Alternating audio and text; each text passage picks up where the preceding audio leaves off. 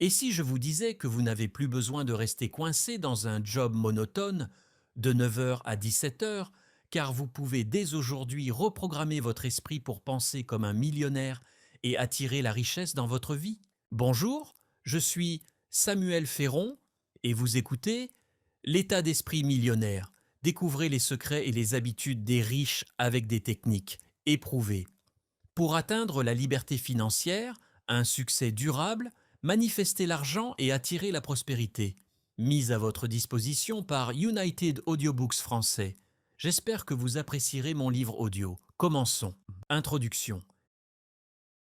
Si vous prêtez attention aux réseaux sociaux ou suivez des influenceurs, vous avez probablement déjà entendu quelqu'un parler de l'état d'esprit millionnaire.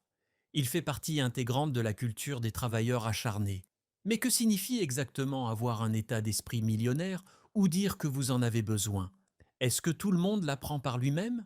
Ce n'est pas l'idée de gagner 1 million de dollars qui définit un état d'esprit millionnaire. Il ne s'agit pas de votre compte en banque, de vos biens immobiliers, de votre sécurité financière ou de vivre dans un penthouse à New York.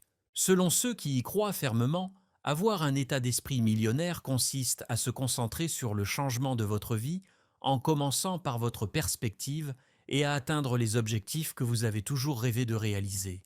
Ce n'est pas non plus une tâche facile. Chaque jour, vous devez adopter des comportements et des modes de pensée intentionnels. L'idée, c'est que les millionnaires évoluent dans un environnement d'abondance qui leur permet de connaître davantage de succès et de confiance en soi. Vous devez d'abord agir comme si vous aviez déjà atteint vos objectifs pour réussir. Votre succès génère alors un succès supplémentaire. Le meilleur conseil en matière de planification financière que je puisse donner aux jeunes diplômés qui font leur premier pas dans l'âge adulte est d'adopter un état d'esprit millionnaire. Cela ne signifie pas que l'ambition de devenir extrêmement riche doit être votre objectif de vie. Cependant, adopter un état d'esprit millionnaire vous aidera à créer une base financière solide qui vous permettra d'atteindre vos objectifs dans la vie et de devenir l'un des millionnaires. Laissez-moi vous expliquer ce qu'est un millionnaire. Selon des recherches originales, un millionnaire possède un patrimoine net d'1 million de dollars. Cette somme générerait un revenu annuel d'environ 30 000 dollars. Ce montant n'est en aucun cas suffisant pour mener un style de vie luxueux dans le monde moderne, selon les résultats de l'étude mondiale sur la richesse. Vous connaissez probablement quelques millionnaires. Ils vivent avec l'état d'esprit millionnaire. Il est donc logique que vous ne les considériez pas comme des personnes riches. Alors, comment développer un état d'esprit millionnaire? En suivant les étapes simples décrites dans ce livre. Chapitre 1. Le pouvoir d'un état d'esprit millionnaire. Vous êtes-vous déjà demandé pourquoi certaines personnes semblent devenir de plus en plus riches chaque jour, tandis que d'autres sont coincées dans une lutte sans fin pour gagner même un revenu stable, sans parler de viser les millions? Est-ce dû à la différence dans leur engagement, leurs connaissances, leurs aptitudes, leur ponctualité, leurs habitudes de travail, leurs contacts, leur karma ou leur choix de métier, d'organisation ou de pari? La réponse est aucune de ces raisons. Vous pouvez apprendre tout ce qu'il y a à savoir sur le marketing, la négociation, la maximisation des ventes, la compréhension des taux de change, la vente d'informations, la vente immobilière, la vente de produits agricoles, et bien d'autres secteurs où la valeur est échangée contre de l'argent. Cependant, si votre stratégie financière n'est pas conçue pour un succès élevé, vous ne disposerez jamais de beaucoup d'argent, sans parler de devenir suffisamment riche pour être millionnaire, manifester de la richesse ou vivre une vie d'abondance. Vous devriez changer votre plan financier si vos finances ne se déroulent pas aussi bien que vous le souhaitez. Comprendre l'état d'esprit des riches. Les riches se distinguent des pauvres, voire de la classe moyenne, de plusieurs manières. Je ne parle pas ici des célébrités extrêmement riches comme Oprah Winfrey, Beyoncé ou Peyton Manning, mais des simples multimillionnaires, une position que toute personne ayant un revenu comparable à celui d'un médecin peut éventuellement atteindre avec un effort, une discipline et une préparation respectable. Peut-être que la différence la plus importante entre un médecin qui deviendra riche et celui qui restera dans la pauvreté est l'état d'esprit. En termes simples, les riches et ceux qui sont destinés à le devenir ont 6 façons de penser différentes de la majorité de leurs contemporains. Premier, les riches pensent à l'avenir. Plus que tout, Les personnes pauvres qui resteront pauvres ne se préoccupent pas de ce que sera leur vie dans 20 ou même 5 ans. Pire encore, elles s'inquiètent de leur déjeuner ou de leur plan pour vendredi soir. Les riches, eux, planifient généralement leur retraite dès leurs 20 ans lorsqu'ils reçoivent leur premier salaire. Les riches préparent leur succession pour déterminer combien de générations ils peuvent faire survivre leur fortune, tandis que la classe moyenne commence à penser à la retraite, généralement vers la cinquantaine. Mike, de la classe moyenne, achète une nouvelle voiture à crédit lorsqu'il doit en remplacer une parce qu'il ne l'avait pas anticipée. Willie, le riche, utilise l'argent qu'il a économisé pendant des années pour acheter la voiture. Peter, le pauvre, se préoccupe du paiement et de son lien avec ses revenus lorsqu'il détermine s'il peut acheter quelque chose. Il pense : comment puis-je réduire mon paiement ? Rick, le riche, se demande : quel est le moyen le moins cher d'acheter cette chose ? S'il doit l'acheter à crédit, Rick et Willie, le riche, trouvent des moyens de payer aussi peu d'intérêt que possible, ou au moins comparent le taux d'intérêt avec leur retour d'investissement anticipé. 2. Les riches privilégient le bonheur et la qualité lors de leurs achats. Une personne riche privilégie la qualité à l'argent lorsqu'elle effectue un achat. Elle a découvert que les articles de qualité sont souvent moins chers à long terme, parce qu'ils durent plus longtemps grâce à leur meilleur savoir-faire, ce qui ne se limite pas à « si vous devez demander, vous ne pouvez pas vous le permettre ». Plus important encore, ils ont déjà décidé combien d'argent ils devraient dépenser pour être heureux. Ils économisent suffisamment et achètent une belle voiture après avoir décidé qu'une voiture de qualité les rendra plus heureux qu'un nouveau bateau, un voyage ou une retraite plus précoce. Ils apprécient chaque étape du processus, y compris économiser de l'argent et anticiper l'achat, faire l'achat et utiliser l'objet sans se soucier de faire plus de paiements. Les médecins riches dépensent, mais de manière réfléchie. Troisième, la mentalité de propriétaire est une caractéristique des riches. En règle générale, les riches préfèrent être propriétaires plutôt qu'employés. Le revenu d'un employé est toujours limité à son salaire, tandis que le potentiel de gain d'un propriétaire d'entreprise est illimité. Un propriétaire d'entreprise ne paiera jamais un travailleur plus que ce qu'elle peut gagner. Si elle le faisait, il n'y aurait pas d'argent à gagner. Les propriétaires d'une entreprise bénéficient de la réussite de celle-ci. Les propriétaires souffrent lorsque l'entreprise fonctionne mal. Cependant, les employés souffrent également, car ils seront licenciés. Il n'y a que des inconvénients, sans avantages. De même, les riches recherchent des investissements où ils agissent en tant que propriétaires. Cela inclut l'investissement dans leurs propres entreprises et celles des autres, qu'elles soient privées ou cotées en bourse. Ils effectuent également des investissements immobiliers pour profiter de l'appréciation et de la collecte de loyers et de la croissance. Au lieu de spéculer, ils investissent et conservent leur argent pendant des années plutôt que des jours. Si les personnes à faible revenu investissent, elles se tournent vers des comptes bancaires, des CD et d'autres titres comparables. Quatrième, les riches priorisent aider les autres. Un propriétaire d'entreprise à succès est presque toujours plus préoccupé par ses clients que par ses revenus. Elle sait que si elle ajoute de la valeur aux autres, l'argent s'en occupera de lui-même. De plus, l'utilité marginale de l'augmentation des revenus pour le propriétaire diminue de manière notable à un certain niveau de succès.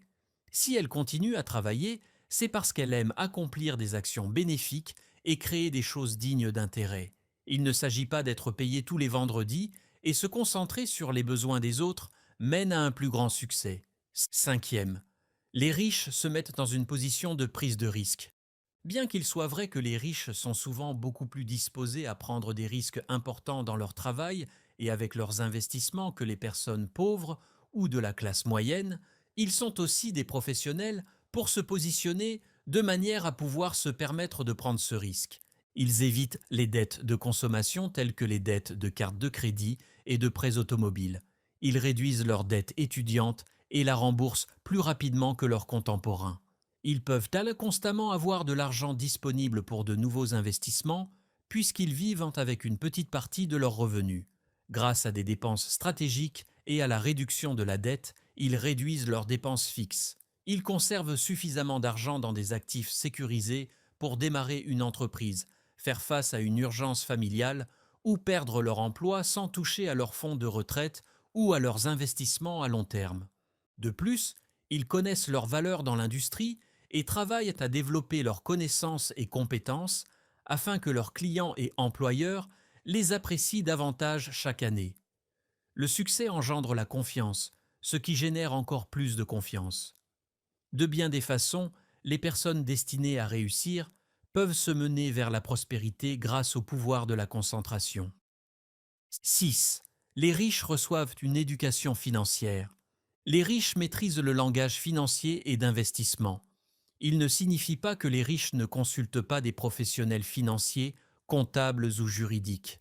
Ils savent que si vous ne parlez pas leur langue, il est impossible d'avoir un dialogue significatif avec un professionnel financier. Pour les riches, des concepts comme l'inflation, la dépréciation, les déductions, les Roth IRA, les plus-values à long terme et d'autres sont des mots quotidiens. Pourtant, pour la majorité des Américains, ils pourraient tout aussi bien être des mots en chinois. Les riches enseignent ce langage à leurs enfants, leur offrant un avantage compétitif à l'école et dans leur carrière. Tout le monde a la possibilité d'acquérir ces habitudes et compétences, ce qui est une excellente nouvelle. Bien qu'il existe une grande inégalité de richesse dans notre culture et des influences extérieures, vous avez un contrôle total sur une partie de votre succès financier. En adoptant un état d'esprit millionnaire, vous pouvez atteindre vos objectifs financiers. Comment votre état d'esprit façonne votre avenir financier? Votre état d'esprit, plutôt que votre niveau de revenu, votre plan financier ou votre stratégie d'investissement, est l'élément le plus crucial de votre vie financière. Aucun plan ou action ne peut changer votre situation financière actuelle si vous n'avez pas le bon état d'esprit. Une mauvaise vie financière peut résulter d'une vision négative de l'argent, de la gestion financière et de la planification. Bien qu'avoir une vision plus optimiste vous rende plus susceptible de prendre les mesures nécessaires pour réaliser vos objectifs, cela ne signifie pas que des choses merveilleuses se produiront du jour au lendemain.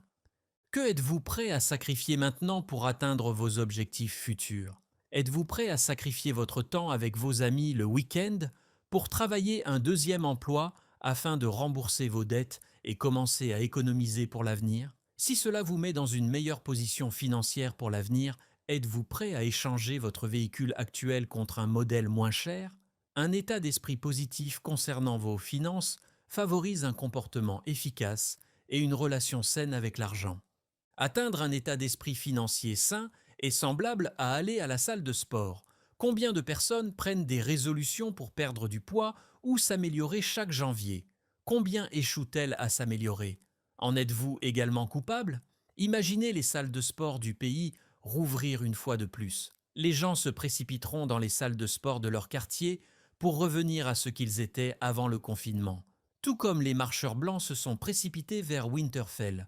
Quelques semaines après leur mission, ils disparaîtront soudainement des salles de sport, exactement comme les marcheurs blancs et toute l'intrigue de la 8e saison de Game of Thrones. Pourquoi tant de personnes se fixent-elles des objectifs sans jamais les atteindre? La réponse simple est leur état d'esprit. Lorsqu'ils fixent des objectifs, la plupart des gens ont tendance à être trop généraux, ce qui réduit considérablement leurs chances de succès. Les objectifs manquant de clarté et qui ne peuvent pas être mesurés ou suivis comprennent des souhaits tels que vouloir être beau en maillot de bain, perdre du poids, sortir de l'endettement ou avoir plus d'argent. En conséquence, la probabilité que de tels objectifs soient atteints est minime. Comment savoir quoi faire pour perdre du poids si vous vous dites vouloir perdre du poids sans spécifier combien de kilos vous souhaitez perdre ou même connaître votre poids actuel? À la place, résolvez-vous à perdre une certaine quantité de poids, comme 5 kilos en 10 semaines. Parce que vous avez un objectif clair, vous pouvez suivre vos progrès et ajuster vos actions si nécessaire pour rester sur la bonne voie, ce qui augmente considérablement vos chances de succès. Il en va de même pour votre situation financière. Comment atteindrez-vous jamais vos objectifs si vous ne vous asseyez pas pour planifier chaque aspect, comme prendre une retraite confortable ou rembourser vos dettes? Si sortir de l'endettement est votre objectif, vous devez calculer combien de dettes vous avez actuellement, combien de votre revenu mensuel est destiné à les rembourser, et combien de revenus supplémentaires vous devrez générer pour rembourser vos dettes dans le délai souhaité. Déterminez votre date de retraite, choisissez combien de revenus vous souhaitez avoir à la retraite, puis calculez combien d'argent vous devrez investir pour générer un revenu de retraite réaliste si vous souhaitez une retraite agréable. Je compare l'économie et la condition physique, car ce sont deux domaines de la vie où tricher n'est pas une option. Être honnête avec soi-même est crucial pour avoir un état d'esprit financier sain. Nous sommes tous émotionnels, impulsifs et désorganisés par moments, donc créer un budget excessivement rigide qui ne permet pas les imprévus occasionnels nuira à vos efforts pour améliorer votre situation financière. Des contraintes financières strictes peuvent vous amener à cesser de respecter votre budget ou à abandonner totalement, tout comme un régime excessivement restrictif peut provoquer des désirs plus forts de dévier du plan alimentaire. Se sentir affamé peut vous amener à détester vos efforts et à agir de manière irrationnelle. Un élément clé pour avoir une vision financière positive est de prendre conscience de vos vices impulsifs et de développer un plan pour les contrôler de manière saine tout en vous rétribuant parfois. Il n'y a rien de mal à se faire plaisir tout en continuant à se concentrer sur votre bien-être financier. Bien qu'il y ait certaines choses que vous ne pouvez pas contrôler, comme lorsque le marché baisse, vous pouvez contrôler votre vision et les méthodes que vous utilisez pour décider ce qui est le mieux pour votre avenir. Aux premières étapes de votre parcours financier, il est crucial de rester sur la bonne voie et de garder votre attention sur les résultats positifs de vos objectifs. Déterminez les étapes pour maintenir votre motivation pour les 1, 5, 10 ou même 20 prochaines années. Votre objectif changera toujours, mais si vous restez motivé et vous rappelez votre objectif ultime, vous pourrez continuer à avancer dans la bonne direction. Certaines personnes créent des tableaux de vision ou des graphiques d'objectifs pour se rappeler leur but. Mais vous devriez faire ce qui vous motive le plus naturellement et efficacement. Rappelez-vous que vous pouvez devenir financièrement libre en changeant votre façon de penser et en vous engageant à être responsable de vos objectifs et de votre réussite. Lorsque vous êtes clair sur vos objectifs financiers, vous devriez envisager de trouver un conseiller financier pour vous garder inspiré et informé. Bien que nous soyons parfois automotivés, la plupart d'entre nous avons besoin d'une forme d'inspiration extérieure, surtout lorsque nous sommes à notre plus bas. Même si rien d'autre, l'embauche d'un conseiller financier vous aidera à rester engagé envers les habitudes de dépenses et d'épargne qui garantiront votre succès à long terme. Chapitre 2. Les secrets des individus riches. Il est probablement vrai que les riches semblent posséder des connaissances financières que le reste d'entre nous n'a pas, malgré les apparences contraires. La Réserve fédérale estime qu'il doit y avoir une raison au fait que le 1% des personnes les plus riches détient aujourd'hui plus de 30% de la richesse mondiale. Les secrets de l'accumulation de richesses sont peut-être connus uniquement des riches, mais cela ne les oblige pas à garder leurs connaissances secrètes. Tout le monde veut être riche, mais peu de gens savent comment y parvenir. Contrairement à ce que l'on croit généralement, vous n'avez pas besoin de beaucoup d'argent pour commencer sur le chemin de la richesse, et bon nombre des personnes les plus riches du monde ont commencé de manière très modeste. Alors, quel est leur secret ? Tout dépend de la manière dont vous gérez vos finances. Les propriétaires d'entreprises ont un plus grand contrôle sur leurs revenus que la plupart des gens.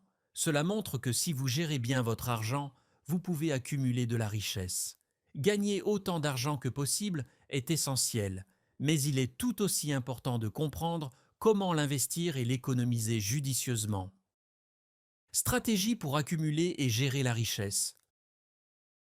Au fil du temps, les petits achats et choix financiers peuvent sembler sans importance. La différence de prix entre un café moyen et un café grand ne changera pas votre âge de retraite. En réalité, la réponse est plus complexe qu'un simple oui ou non. D'un côté, une seule tasse de café ne peut pas changer le cours de votre vie. Mais que se passerait-il si vous choisissiez systématiquement la tasse plus grande ? Une somme d'argent importante résulte de la multiplication de ce dollar supplémentaire par 365 jours dans une année. Cette somme pourrait affecter votre situation financière à long terme. Créer de la richesse n'est pas un événement ou un choix significatif. Pour la plupart des gens, l'argent résulte de décisions délibérées et de dépenses attentives. Vos décisions d'achat fréquentes sont le meilleur point de départ si vous souhaitez commencer à augmenter votre richesse et améliorer votre perspective financière. Voici 7 tactiques qui vous aideront à atteindre vos objectifs. Premier, Il est préférable de commencer à économiser dès maintenant. Que vous investissiez dans un compte d'épargne ou un fonds de retraite, les intérêts s'accumulent au fil du temps. Au début de leur carrière, la plupart des gens n'ont pas beaucoup d'argent supplémentaire, mais même de petites économies peuvent s'accumuler avec le temps. Si vous êtes vraiment à court d'argent, mettez de côté 10 ou 25 dollars à la fois, le prix d'un billet de cinéma ou d'un dîner au restaurant. Vous commencerez progressivement à épargner, à générer des intérêts et à prendre l'habitude d'économiser. 2. Profitez de l'appariement 401K. Si votre entreprise égalise vos contributions au 401G, il est dans votre meilleur intérêt financier d'utiliser les fonds égalisés le plus tôt et le plus souvent possible. Les contributions égalisées sont les sommes que votre employeur ajoutera à votre 401G en plus de votre propre contribution. Si votre employeur, par exemple, offre une contribution égale de 5% à votre 401G, cela signifie qu'en remplissant les critères pour votre contribution personnelle, il ajoutera également 5% à votre compte de retraite. Trop de travailleurs passent à côté de cette occasion d'utiliser cet argent gratuit.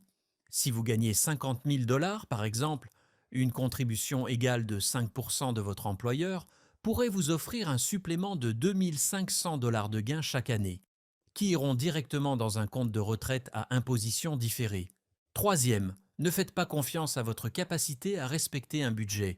Les plans d'épargne à long terme sont faciles à mettre en place, mais certains consommateurs ont du mal à transférer l'argent sur leur compte d'épargne. Faites-vous une faveur et résistez à la tentation de dépenser l'argent que vous avez économisé. Créez un calendrier de contribution d'épargne automatique et payez vos économies chaque mois comme n'importe quelle autre obligation. Vous oublierez progressivement combien d'argent vous avez économisé et l'habitude prendra le dessus. Cependant, vous pourrez vous détendre en sachant que vous suivez votre plan si vous continuez à automatiser vos économies. Quatrième, utilisez une application de gestion d'argent pour suivre chaque achat. Savez-vous où va votre argent? Si ce n'est pas le cas, vous pourriez être surpris de voir combien vous dépensez pour des cafés ou des services de streaming. Vous pouvez examiner vos habitudes de dépenses et effectuer les corrections nécessaires pour améliorer vos compétences en gestion de l'argent en utilisant des outils qui se connectent à vos comptes bancaires. Trouvez un outil de gestion de vos finances et commencez à l'utiliser pour évaluer vos habitudes de dépenses hebdomadaires et mensuelles. Identifiez des opportunités pour prendre des décisions plus judicieuses et créer des habitudes qui réduiront vos dépenses mensuelles et augmenteront votre capacité d'épargne. Cinquième, augmentez vos économies, pas vos dépenses, à mesure que vous gagnez plus d'argent. Ne commencez pas à dépenser plus lorsque votre revenu net augmente en raison des augmentations salariales de votre employeur. Augmentez plutôt vos économies mensuelles avec cet argent supplémentaire. Il est acceptable de vous offrir un peu plus d'argent à dépenser de temps en temps, mais utilisez les augmentations salariales pour améliorer vos efforts d'investissement et d'épargne. Une fois que vos besoins ont été satisfaits, vous pouvez augmenter vos dépenses. 6. Pensez constamment à votre objectif financier futur. Une approche à long terme implique d'épargner. En cours de route, vous vous concentrerez sur plusieurs autres objectifs d'épargne, comme acheter une maison, établir un fonds d'urgence, voire couvrir les frais de scolarité de vos enfants. Peu importe où la vie vous mène, assurez-vous de ne pas laisser votre situation financière se détériorer en utilisant vos techniques d'épargne pour passer à l'objectif suivant. Personne ne peut prévoir comment ses besoins ou objectifs financiers évolueront avec le temps. Même si vous vous sentez financièrement sécurisé, continuer à épargner élargira votre filet de sécurité financière et vous positionnera pour atteindre de nouveaux objectifs à mesure qu'ils apparaissent. Même si leur argent est en excellente forme, de nombreuses personnes riches continuent à travailler vers des objectifs d'épargne. Cela vous montre que vous n'êtes jamais trop riche pour arrêter d'économiser. 7. Restez sans dette autant que possible. Certaines dettes doivent être contractées pour atteindre des objectifs financiers. Vous ne pourrez probablement pas acheter une maison sans prendre un prêt hypothécaire, à moins de gagner à la loterie. Mais en règle générale, si vous êtes sérieux au sujet de devenir un épargnant sage, vous devez éviter de prendre des dettes. Utilisez vos économies pour acheter votre voiture en espèces plutôt que de contracter un prêt. Il en va de même pour tout autre achat important que vous pourriez faire. Les cartes de crédit sont un excellent outil financier, mais ne les utilisez que si vous êtes sûr de pouvoir rembourser la totalité du montant chaque mois. Sinon, vous risquez de tomber dans un trou financier important et coûteux. Construire de la richesse est un processus qui prend du temps. Pour créer une sécurité financière à long terme, il faut être persévérant et patient, et pratiquer de bonnes habitudes d'épargne. Votre constance sera récompensée si vous prenez des décisions financières sensées au quotidien. Fixez des objectifs et élaborez une feuille de route vers le succès. Fixer des objectifs est crucial pour développer votre entreprise. Les objectifs fournissent de la concentration, de la motivation et une manière précise d'évaluer vos progrès. Les mêmes principes s'appliquent à la définition d'objectifs pour votre vie personnelle, même si cette section se concentre sur la fixation d'objectifs pour votre entreprise. Sans objectifs et une stratégie pour les suivre, il pourrait être difficile de rester concentré et de comprendre l'ensemble de la situation. Pour passer d'où vous êtes actuellement à l'endroit où vous souhaitez être, la fixation d'objectifs peut vous aider à définir un chemin. Les conseils suivants vous aideront à fixer des objectifs pour votre concession, à vous concentrer sur vos objectifs et à commencer à mettre en œuvre votre stratégie. Commencez par votre rêve. La première étape pour définir des objectifs est de réfléchir à toutes vos aspirations. Ces rêves n'ont pas besoin d'être ancrés dans la réalité à ce stade. Alors ne limitez pas vos pensées aux seules possibilités. C'est maintenant le moment de considérer toutes les options, sans tenir compte de quelconque limite. Commencez par écrire vos objectifs pour l'année prochaine, dans 5 ans et dans 10 ans sur une feuille de papier. Sans vous soucier de la manière dont vous y arriverez, listez tous les résultats potentiels, grands ou petits. Créez une liste des résultats possibles. Il est temps d'organiser une séance de brainstorming pour faire émerger des idées qui pourraient encore être cachées dans votre subconscient après avoir identifié vos rêves les plus vifs. Vous pouvez utiliser n'importe quelle technique de brainstorming qui fonctionne le mieux pour vous. Voici quelques techniques à essayer si vous rencontrez des difficultés. Brain dump. Laissez vos pensées vagabonder et notez tout ce qui vous vient à l'esprit, même si cela n'a pas de sens. Faire une liste.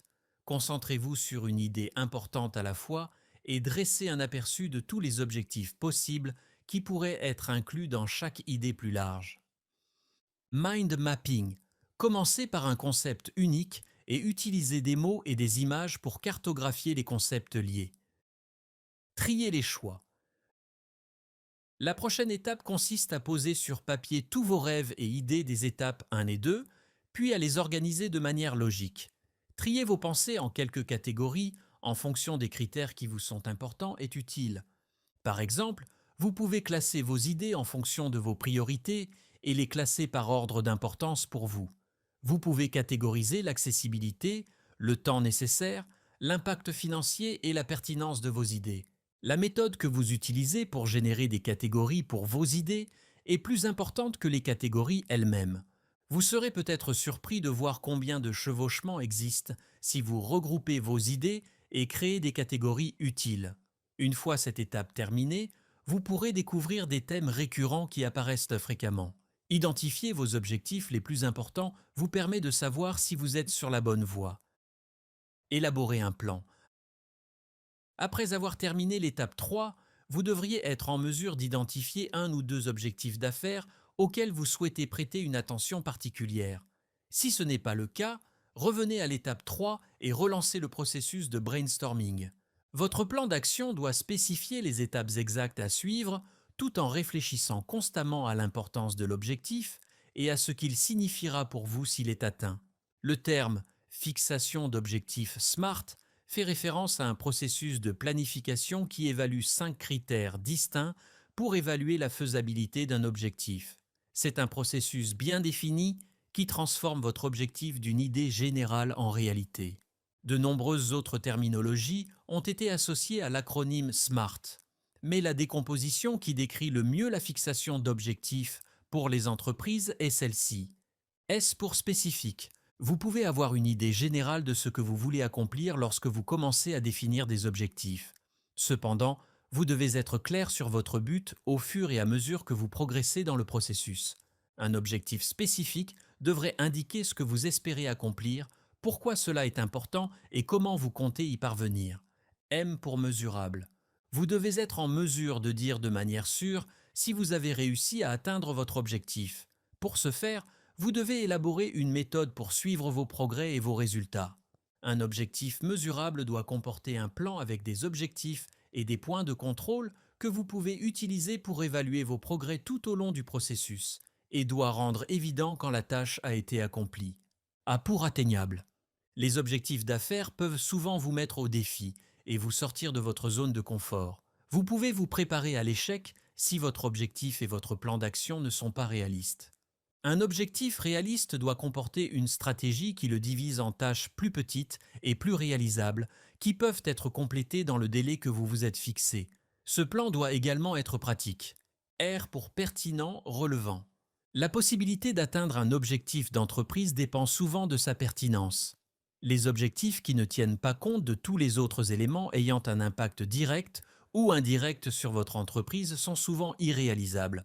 En fin de compte, un objectif doit avoir du sens par rapport à la stratégie commerciale de votre entreprise, sa mission, son marché et sa clientèle.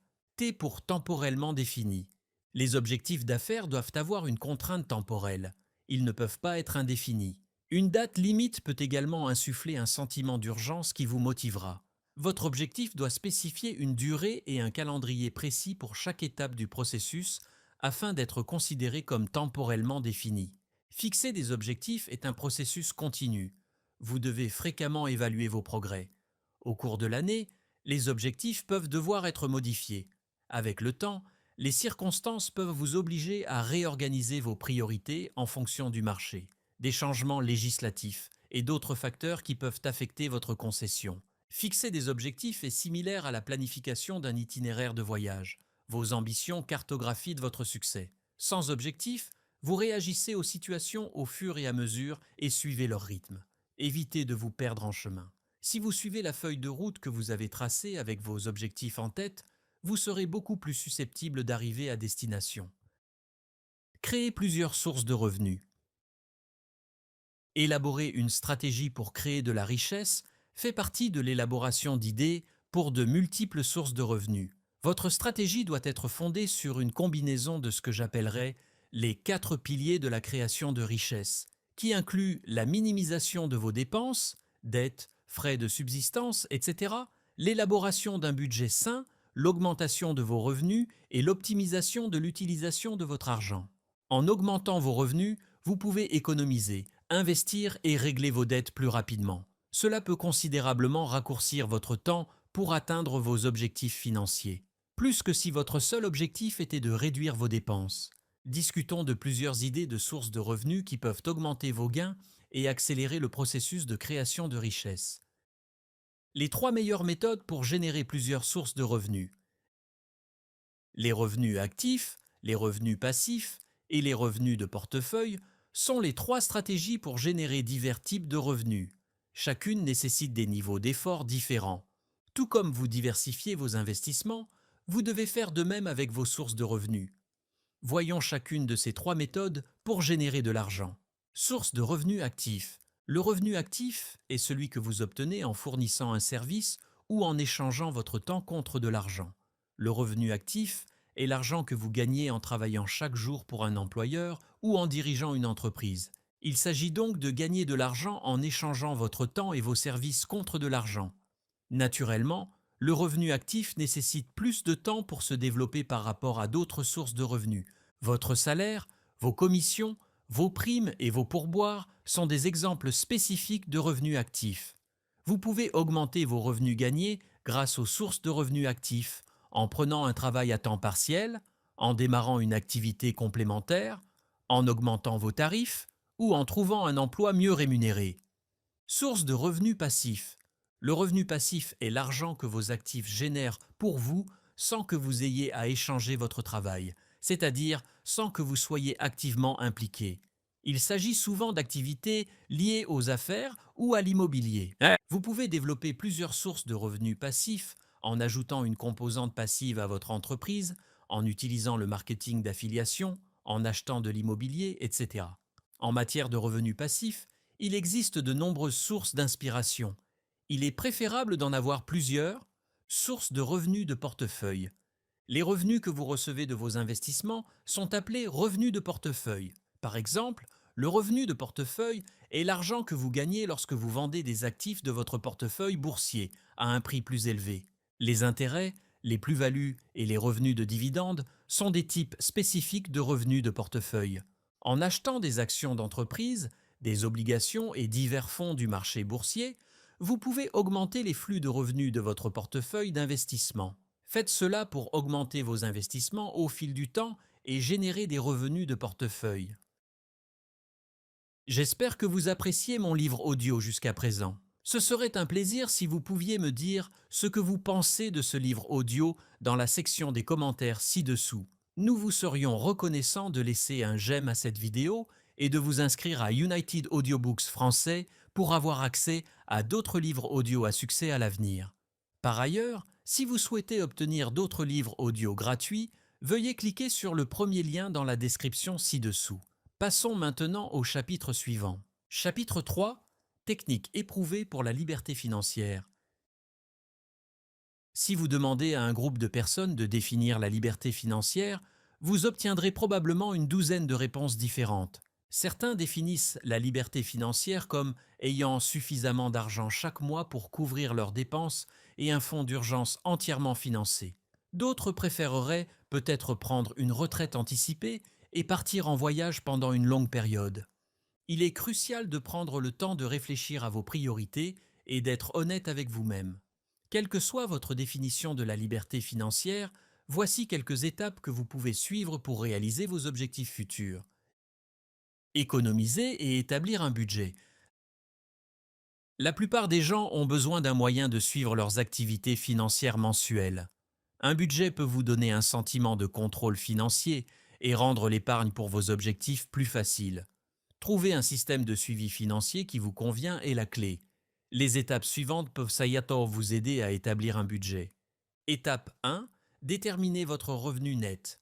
Un budget efficace est construit autour de votre revenu net comme élément principal. Le salaire net est le total de votre salaire ou revenu après déduction des impôts et des avantages fournis par votre employeur, tels que les plans de retraite et l'assurance santé. Si vous vous concentrez sur votre salaire brut plutôt que sur votre salaire net, vous pourriez dépenser plus que vous ne le devriez, pensant avoir plus d'argent disponible que ce que vous avez réellement. Si vous êtes freelance, travailleur indépendant, contractuel ou auto-entrepreneur, gardez des registres méticuleux de vos contrats et rémunérations pour gérer les revenus imprévisibles. Étape 2. Suivez vos dépenses. Après avoir déterminé combien vous gagnez, il est essentiel de savoir où va votre argent. Vous pouvez découvrir où vous dépensez le plus et où il serait le plus facile de réduire les coûts, en suivant et en classifiant vos dépenses. Commencez par lister vos dépenses fixes. Il s'agit des dépenses mensuelles typiques comme les paiements pour les services publics, l'assurance automobile, le loyer ou le remboursement de prêts immobiliers, etc. Ensuite, listez vos dépenses variables, qui incluent les courses, l'essence et les loisirs, qui peuvent y varier d'un mois à l'autre. Vous pourriez découvrir des opportunités d'économie dans cette catégorie. Comme les relevés de cartes de crédit et de banque détaillent souvent vos dépenses mensuelles ou les regroupent, ils sont un bon point de départ. Utilisez tout ce qui est à votre disposition pour suivre vos dépenses quotidiennes, que ce soit une application sur votre smartphone, un stylo et du papier ou des tableurs ou modèles de budget en ligne. Étape 3. Fixez des objectifs raisonnables. Avant de trier les données que vous avez recueillies, listez vos objectifs financiers à court et à long terme. Les objectifs à court terme, que vous pouvez atteindre en 1 à 3 ans, peuvent inclure la création d'un fonds d'urgence ou la réduction de la dette de carte de crédit. Les objectifs à long terme, comme la planification de la retraite ou financer les études de vos enfants, peuvent prendre des décennies. Même si vos objectifs peuvent varier, les connaître vous aide à rester motivé pour respecter votre budget. Par exemple, il pourrait être plus facile de réduire les dépenses si vous savez que vous économisez pour des vacances. Étape 4. Créer un plan. Là où tout se rassemble, c'est la distinction entre ce que vous dépensez et ce que vous aspirez à dépenser. Pour prévoir vos dépenses pour les mois à venir, utilisez les dépenses fixes et variables que vous avez définies. Comparez ensuite cela avec vos priorités et votre revenu net. Envisagez d'établir des plafonds de dépenses explicites et atteignables pour chaque catégorie de dépenses. Vous pourriez également diviser vos dépenses en besoins et envies. Par exemple, l'essence est un besoin si vous conduisez pour vous rendre au travail chaque jour. Cependant, un abonnement mensuel à un service de musique pourrait être considéré comme un désir. Cette distinction devient cruciale lorsque vous décidez comment réaffecter l'argent vers vos objectifs financiers. Étape 5. Modifiez vos dépenses pour qu'elles restent dans vos moyens. Une fois que vous avez documenté vos revenus et vos dépenses, vous pouvez apporter les modifications nécessaires pour ne pas dépasser votre budget et avoir de l'argent à mettre de côté pour vos objectifs. Votre envie devrait être la première zone où vous effectuez des réductions. Est-il possible de regarder un film à la maison plutôt qu'au cinéma? Si vous avez déjà modifié la manière dont vous dépensez pour vos envies, prêtez attention à combien vous dépensez chaque mois pour les paiements fixes. Après un examen plus attentif, un besoin peut se révéler n'être en réalité qu'une difficulté à se séparer d'eux. Envisagez de modifier vos dépenses fixes si vos calculs n'ont toujours pas de sens. Par exemple, pouvez-vous économiser davantage sur votre assurance habitation ou automobile en comparant les offres? Ces décisions impliquent moins souvent des compromis importants. Il est donc essentiel de bien évaluer vos options. N'oubliez pas que même un petit montant d'économie peut, au fil du temps, devenir substantiel. Apporter des changements progressifs peut entraîner une somme d'argent supplémentaire étonnamment importante. Étape 6. Révisez régulièrement votre budget. Une fois votre budget établi, il est crucial de vérifier régulièrement vos dépenses pour vous assurer que vous êtes toujours sur la bonne voie. Les éléments de votre budget ne sont pas gravés dans la pierre. Vos dépenses peuvent changer, vous pourriez obtenir une augmentation ou atteindre un objectif et vouloir en planifier un nouveau. Quelle que soit la raison, pratiquez la révision régulière de votre budget en utilisant les étapes mentionnées ci-dessus. Gestion de la dette, se libérer des contraintes financières. Vous êtes déjà sur la bonne voie si vous recherchez une meilleure manière de gérer votre dette pour éliminer la plupart, voire la totalité, de vos dettes. Un prêt hypothécaire peut vous aider à réaliser l'objectif de devenir propriétaire d'une maison et peut même vous aider à générer de la richesse si la valeur de votre maison augmente à mesure que vous progressez. Cependant, avoir trop de dettes ou des dettes mal gérées, comme des dettes de carte de crédit à taux d'intérêt élevé, peut rendre difficile l'atteinte d'autres objectifs financiers. Vous devriez envisager ces 7 actions pour mieux gérer votre dette. Premier, faites le point sur vos finances. Les priorités d'abord. Notez chaque dette qu'il vous reste à rembourser. Incluez les taux d'intérêt pour chacune afin d'identifier celle qui vous coûte le plus cher. 2. Examinez votre historique de crédit. Une ou plusieurs agences de notation de crédit devraient vous envoyer une copie gratuite de votre rapport de crédit. Cela vous aidera à vous assurer que vous n'avez négligé aucune dette impayée. De plus, il est généralement conseillé de vérifier s'il y a des comptes qui ne vous sont pas familiers. Si vous souhaitez connaître votre score de crédit, demandez à votre fournisseur de carte de crédit ou à votre banque s'ils peuvent vous fournir cette information gratuitement. Troisième, surveillez les opportunités de regroupement. Est-il possible de regrouper plusieurs prêts à taux d'intérêt élevé en un seul avec un taux d'intérêt plus bas? Y a-t-il des prêts personnels à faible taux d'intérêt disponibles pour vous permettre de rembourser les soldes de vos cartes de crédit à taux élevé? Avant de regrouper ou de refinancer des prêts étudiants, vous devez examiner attentivement votre éligibilité pour les programmes fédéraux de remise de prêts, car le regroupement ou le refinancement de prêts peut affecter cette éligibilité. Quatrième, soyez honnête avec vos achats. Il est important d'examiner vos dépenses mensuelles de manière honnête si votre dette vous semble accablante. Y a-t-il des dépenses que vous pourriez réduire ou éliminer?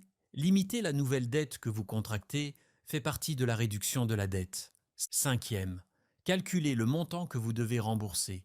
Après avoir consolidé vos dettes, calculez l'obligation mensuelle en notant les paiements minimaux dus et en ajoutant ce montant à votre budget. Si la somme dépasse votre budget, vous devrez peut-être consulter vos créanciers pour mettre en place des conditions alternatives.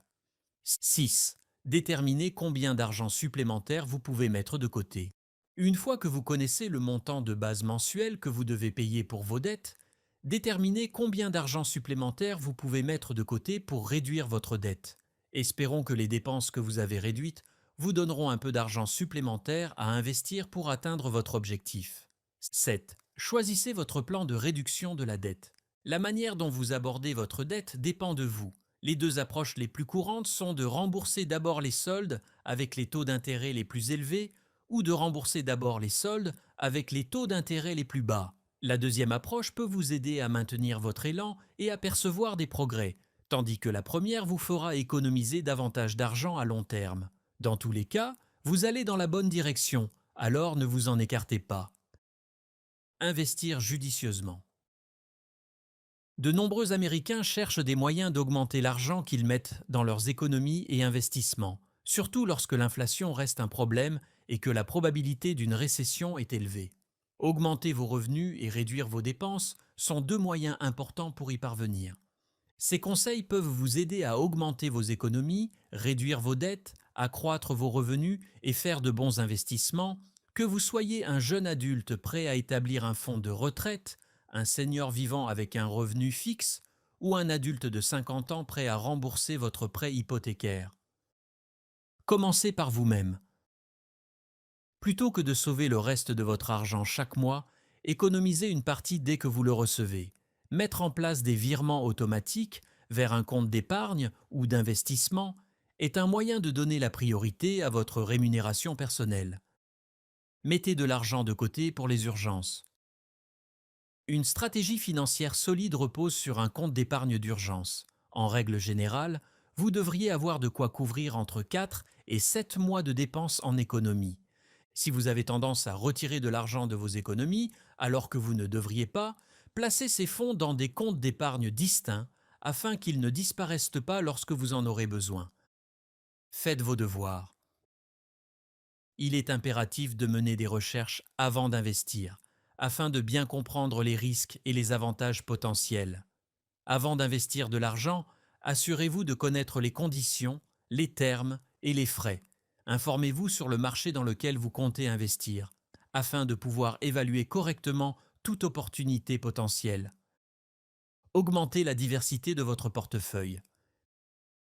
Mettre tous vos œufs dans le même panier est risqué, car cela pourrait entraîner des pertes substantielles si une action ou un secteur sous-performe. Essayez de diversifier votre portefeuille en investissant dans des classes d'actifs comme les actions et les obligations ou des secteurs comme la technologie et la santé. La diversification réduira les risques tout en permettant des avantages potentiels d'autres classes d'actifs ou secteurs. Reconnaissez votre tolérance au risque. Votre niveau de tolérance au risque doit être pris en compte pour déterminer combien d'argent investir dans une classe d'actifs ou un secteur particulier. Vous sentez-vous prêt à prendre des risques qui pourraient entraîner des récompenses plus importantes? Ou préférez-vous des stratégies d'investissement plus prudentes? Connaître votre position sur le spectre du risque est crucial pour savoir combien d'argent allouer à différents actifs. Vous devez investir avec un plan pour garantir que votre argent augmente au fil du temps. Faites vos recherches avant d'investir, afin d'être pleinement conscient des risques encourus.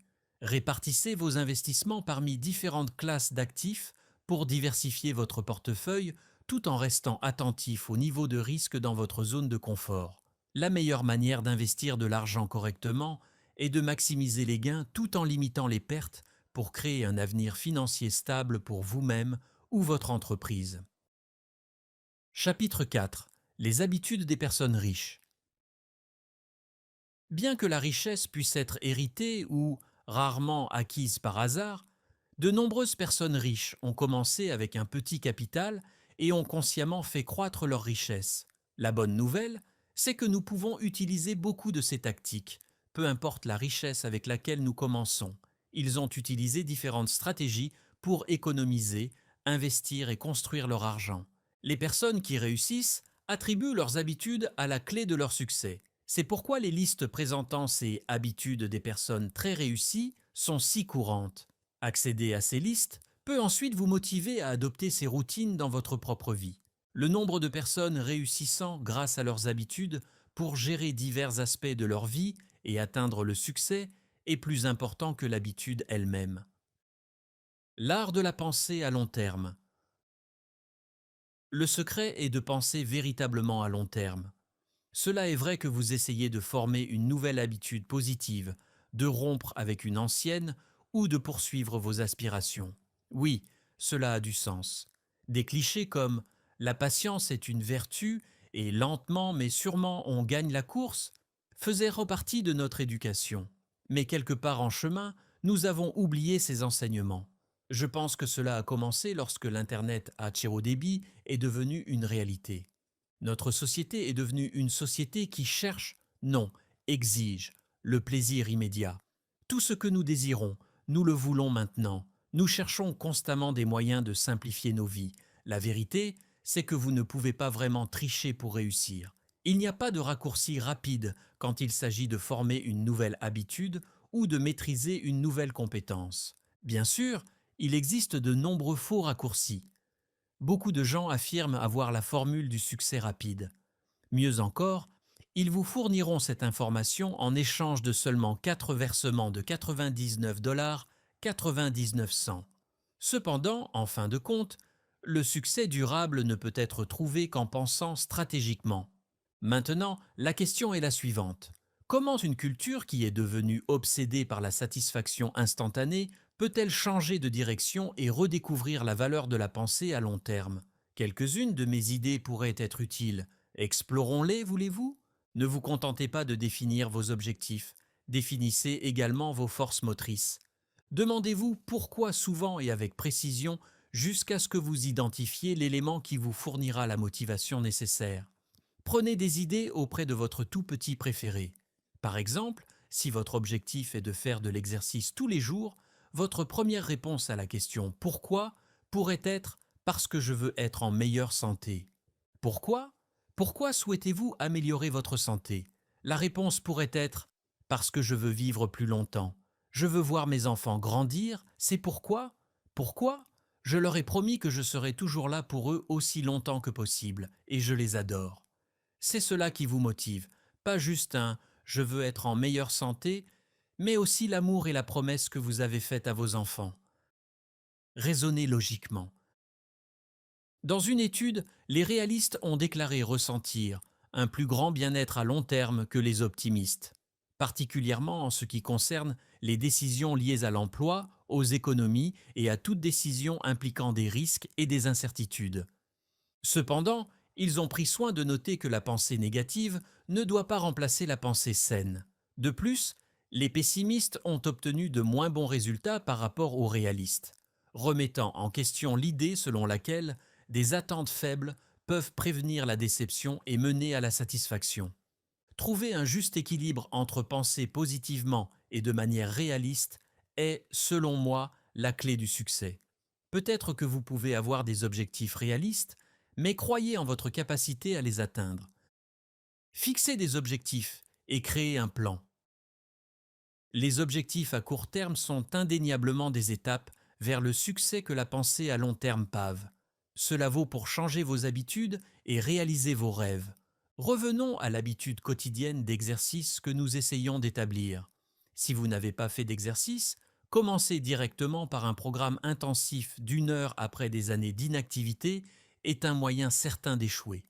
Au lieu de cela, fixez-vous de plus petits objectifs. La première semaine, faites de l'exercice pendant 15 minutes chaque jour. La deuxième semaine, faites de l'exercice pendant 30 minutes chaque jour. Vous pouvez aussi faire cela pour vos rêves. Fixez-vous beaucoup de petits objectifs tout au long du chemin au lieu de vous concentrer uniquement sur le dernier. Décidez d'en établir un pour chaque mois, chaque semaine ou chaque jour. Vous aurez besoin de ces petits objectifs atteignables pour votre prochaine action. Capitalisez sur votre succès.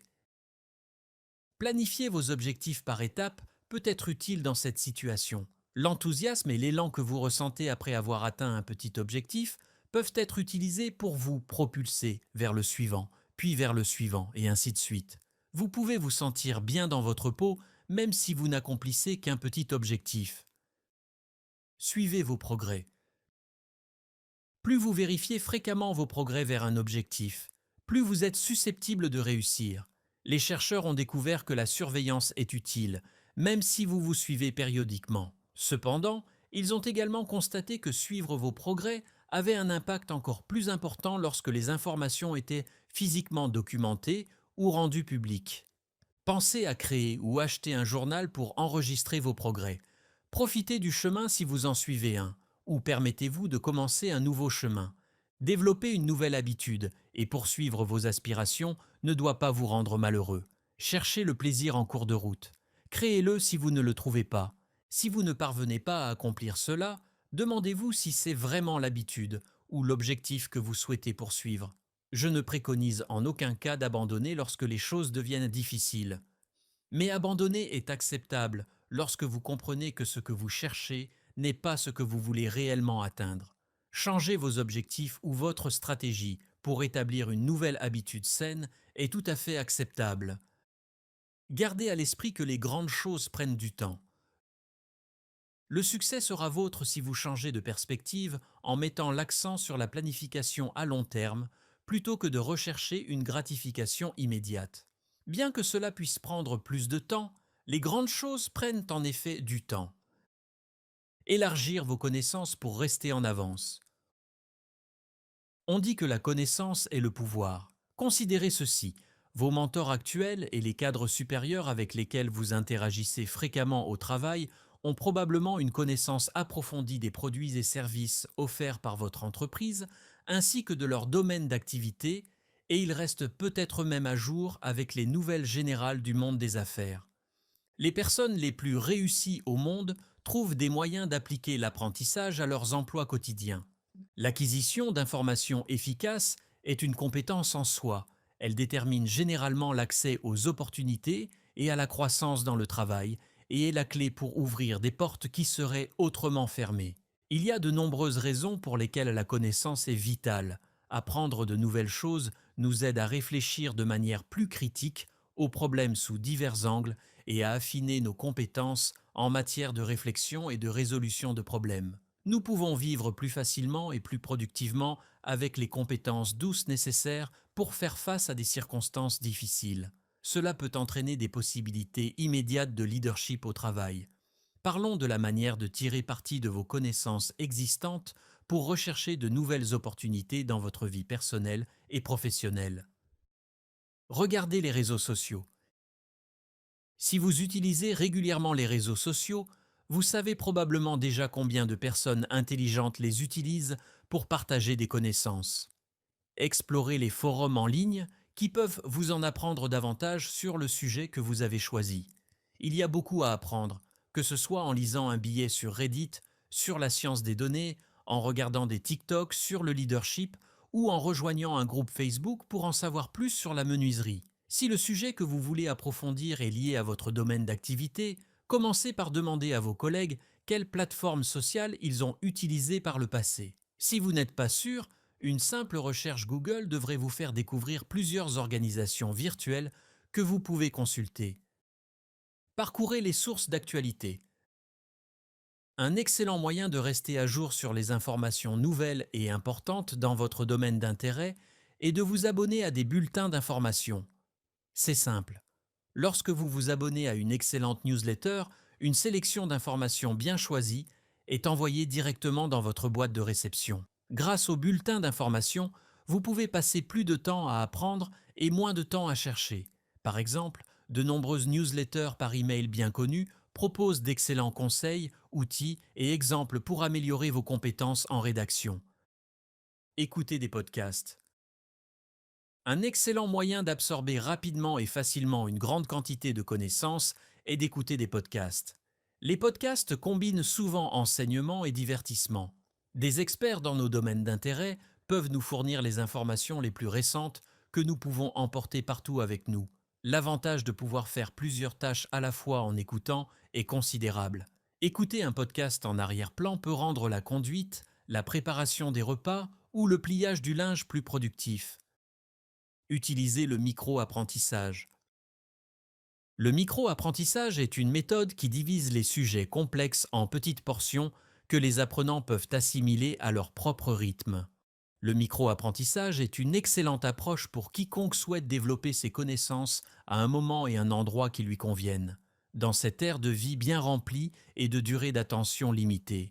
Au lieu de vous sentir débordé, Réduisez votre surcharge cognitive en acquérant des informations plus digestes.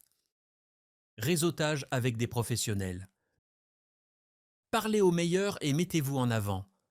Il existe probablement de nombreux professionnels dans le domaine que vous apprenez qui seraient heureux de partager une partie de leur savoir. Essayez de réseauter sur LinkedIn ou d'assister à une conférence en direct ou virtuelle si vous ne connaissez personne. Vous pouvez poser des questions comme: quelles mesures conseilleriez-vous à quelqu'un qui entre dans le secteur pour apprendre de nouvelles compétences et informations? Quels outils devrais-je acquérir si je veux améliorer cette compétence? Avant chaque conversation, dressez une liste de questions pour vous aider à vous sentir préparé et confiant. Expliquez un concept à d'autres. Savez-vous que la répétition de la matière aide à la mémorisation? En vous répétant souvent, vous apprendrez plus rapidement et retiendrez mieux. Lorsque vous comprenez bien un sujet, vous devez vous sentir suffisamment confiant pour en expliquer les tenants et aboutissants à vos pairs. La prochaine fois qu'un collègue, un ami ou un membre de la famille vous demande comment vous allez, parlez-leur du sujet intéressant que vous êtes en train d'étudier. Mieux encore, si vous rencontrez un expert en la matière, demandez-lui si vous pouvez lui expliquer un sujet que vous venez d'apprendre et obtenir son avis. Lisez divers supports. Lire des ouvrages de qualité, y compris des livres, des essais et des blogs, est la clé pour apprendre quoi que ce soit. La lecture augmente le vocabulaire et sollicite des processus mentaux tels que la concentration, l'attention, la compréhension et l'analyse. Assurez-vous de lire tous les jours et ayez toujours des ressources disponibles lorsque vous apprenez un nouveau sujet. De plus, recherchez des matériaux de lecture fiables en dehors des livres, tels que des articles, des études de cas et des interviews provenant de sources fiables. Posez des questions réfléchies. Ne vous sentez pas mal à l'aise la prochaine fois que vous voudrez demander des conseils à quelqu'un. Toute personne compétente sera heureuse de partager ses connaissances avec quelqu'un qui souhaite en apprendre davantage. Lorsque vous êtes assis à côté d'un expert dans un domaine qui vous intéresse, soyez respectueux, reconnaissez que vous ne savez pas tout et posez des questions pertinentes. Chapitre 5. Manifester de l'argent et attirer la prospérité. La pratique de la manifestation a gagné en popularité, mais qu'est-ce exactement et comment peut-on l'utiliser pour attirer une plus grande abondance financière? Dans ce chapitre, nous discuterons des idées tant reçues courantes concernant la manifestation de l'argent et des conseils pratiques pour y parvenir. Ce qu'est réellement la manifestation. Prendre conscience de quelque chose qui existe déjà s'appelle la manifestation. Elle combine la spiritualité et le développement personnel et peut vous aider à réaliser vos objectifs financiers. Vous pouvez créer l'expérience, y compris le succès financier, que vous souhaitez dès maintenant en unissant votre esprit, votre mental et votre corps. Lorsque les gens me demandent comment manifester, je réponds généralement que se concentrer sur qui vous êtes est plus important que sur le comment. Cela est plus lié à la manière dont vous vous percevez vous-même et les autres, ainsi qu'à la façon dont vous percevez et interagissez avec le monde extérieur. Vous devez penser, ressentir et agir différemment si vous voulez une vie différente. Nous attirons constamment quelque chose dans le monde physique à travers nos idées, ce qui est la manifestation en action. Cependant, la plupart des gens ne font que jouer leur plus grande peur, c'est-à-dire les inquiétudes concernant l'expansion de leur entreprise et leurs besoins d'argent, ce qui ne fait qu'alimenter leur désir d'avoir plus d'argent. Malheureusement, aucune baguette magique ni mot secret ne vous rendra riche du jour au lendemain en ce qui concerne les stratégies spécifiques pour manifester de l'argent. Cependant, c'est simple. La manifestation de l'argent se passe à l'intérieur de vous. Bien que les réseaux sociaux aient popularisé le concept de manifestation, je pense que certains aspects de celui-ci sont souvent mal représentés et mal interprétés. Par exemple, choisir une couleur ou une phrase particulière n'attire pas nécessairement de l'argent. Cela dépend de la façon dont nous nous sentons vis-à-vis de la manifestation de l'argent et de la manière dont nous la pratiquons. Moyen de manifester de l'argent. Comprendre les lois de l'attraction et de la vibration. L'argent est une réaction à la fréquence que vous émettez. Plus de richesse et de prospérité sont attirées par la vibration de l'abondance et de la prospérité. Se sentir comme si vous aviez déjà de l'argent est la façon la plus simple de l'attirer. Même si vous n'avez que 10 dollars, vous pouvez toujours vous sentir riche si vous pratiquez la gratitude pour la richesse et l'abondance. Soyez précis. L'argent arrive là où il est nécessaire, un autre concept crucial à comprendre pour manifester de l'argent. Demandez ce que l'argent sera utilisé à faire, plutôt que de simplement en demander davantage. Vous pourriez vouloir acheter une voiture, partir en vacances, rembourser vos prêts étudiants, etc. Habituez-vous à la sensation de dépenser. Le regret d'acheteur est un phénomène courant. Dépenser de l'argent pour quelque chose qu'ils désirent fait que les gens se sentent coupables presque immédiatement. Ce sentiment résulte du manque, de la restriction et de l'idée que je n'ai pas assez d'argent, donc quand je dépense, ça me dégoûte. Je dis qu'il faut dépenser la même somme d'argent que vous dépensez actuellement, mais avec un niveau émotionnel différent. Ressentez que vous avez l'argent, plutôt que de penser que vous n'en avez pas assez. Appréciez sincèrement votre achat avec gratitude. Vous êtes désormais sur la fréquence de l'abondance. Essayez la méthode 369. Écrire ce que vous souhaitez qu'il se produise 3 fois le matin, 6 fois l'après-midi et 9 fois le soir fait partie de la méthode 369. Cette technique utilise la répétition et l'attention concentrée pour reprogrammer le subconscient. Elle permet à une personne de vivre émotionnellement ce qu'elle écrit. Cependant, si vous continuez à écrire une somme d'argent sans changer votre manière de voir et d'aborder l'argent, cela ne fonctionnera probablement pas et vous frustrera. Cette stratégie est utile pour changer l'attention au départ et pour définir des objectifs, mais ce qui est le plus important, c'est de changer la manière dont vous pensez et agissez par rapport à l'argent. Positionnez-vous dans des environnements d'abondance. Bien que vous n'ayez peut-être pas actuellement des millions sur votre compte bancaire, vous pouvez vous entourer de situations où l'argent abonde. Par exemple, promenez-vous dans le quartier le plus cher de votre ville, suivez les vies des riches et parcourez les magasins haut de gamme. Parfois, même de petites modifications peuvent avoir un grand impact. Dépensez un peu plus pour améliorer la qualité de votre café au lieu d'acheter du café bon marché ou remplacer la bouteille d'eau en plastique par un verre en cristal lorsque vous buvez de l'eau. Sans argent, il existe de nombreuses façons d'agir sur une fréquence de richesse. Votre concentration sur l'abondance vous fait reconnaître toute l'abondance qui est accessible. C'est ce qui vous sera le plus utile. Gardez de l'argent sur vous ou émettez-vous un chèque. Si vous le pouvez, mettez 100 dollars dans votre portefeuille et gardez-les là.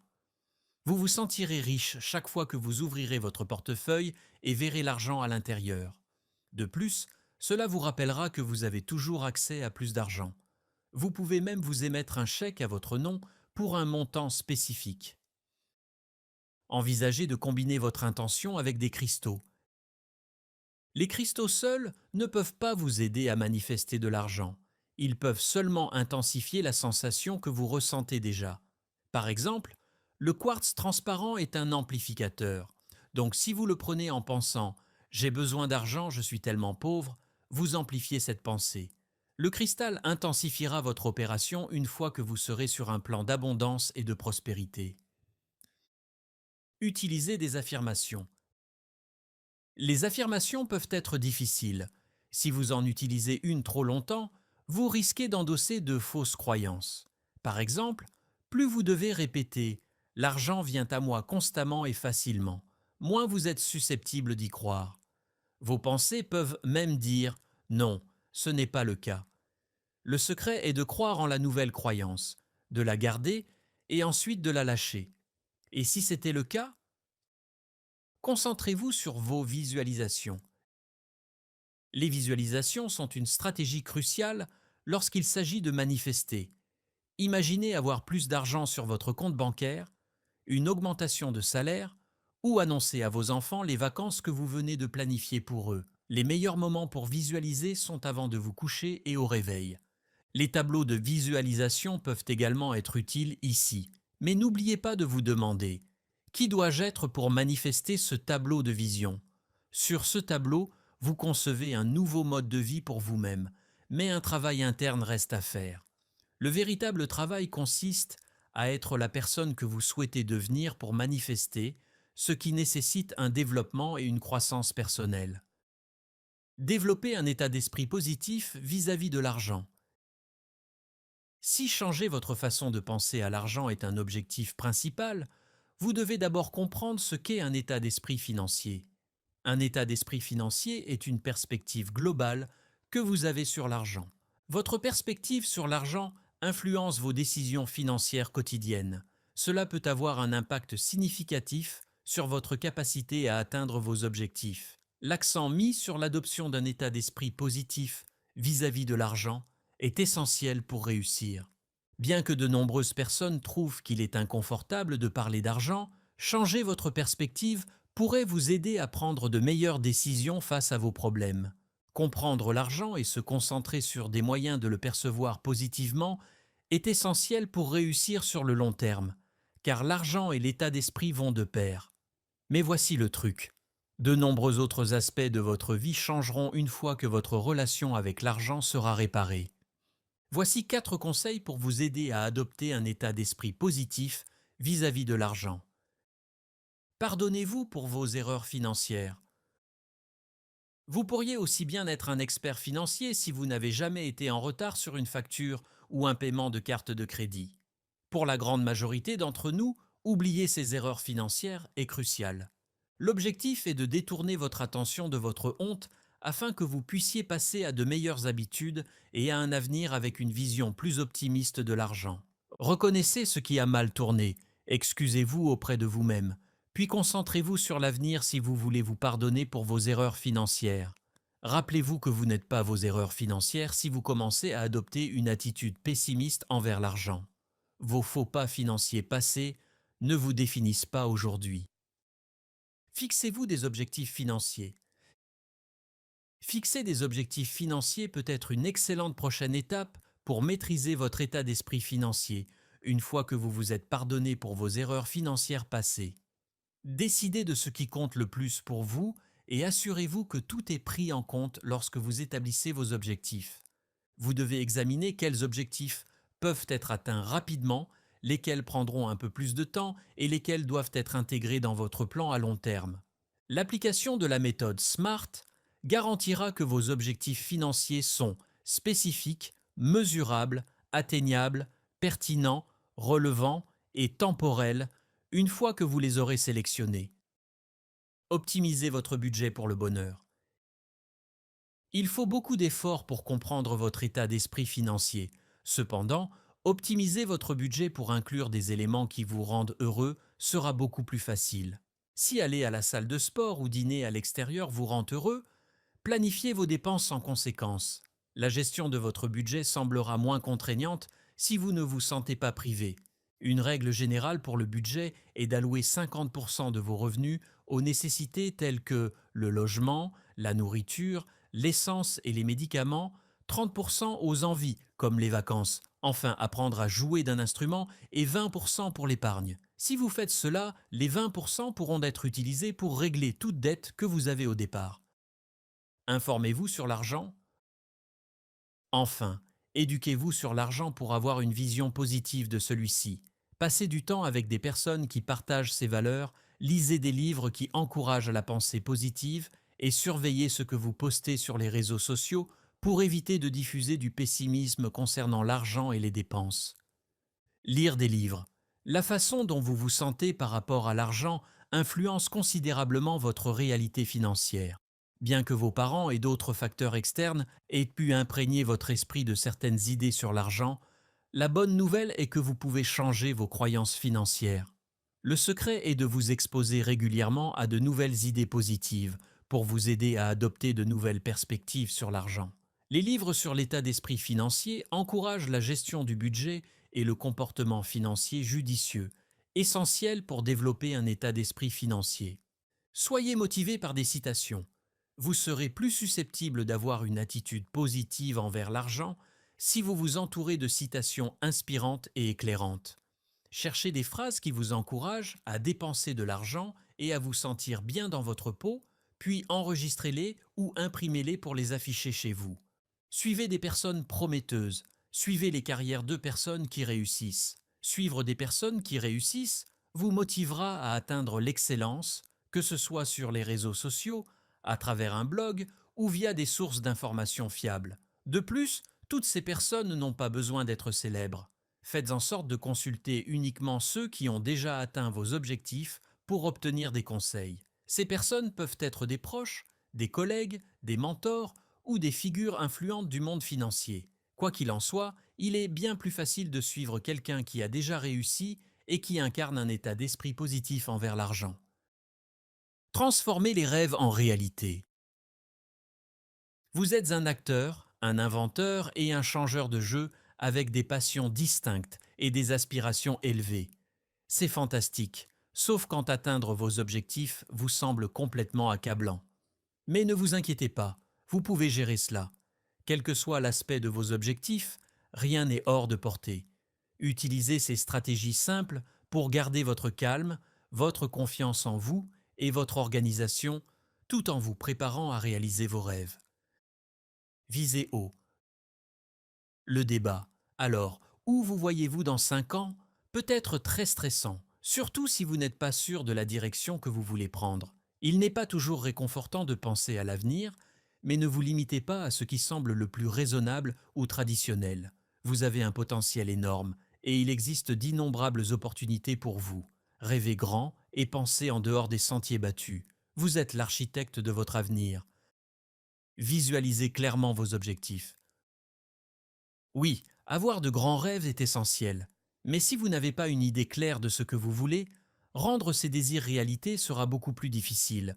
Lorsque vous mappez vos objectifs sur un tableau de vision, votre imagination débordante prend plus de structure. Utiliser des tableaux de vision peut vous inspirer et vous motiver à accomplir vos objectifs. Bien que les tableaux de vision puissent servir de feuille de route pour votre avenir, leur meilleure caractéristique est qu'ils sont flexibles. Vous pouvez les changer aussi souvent que nécessaire sans perdre leur effet positif.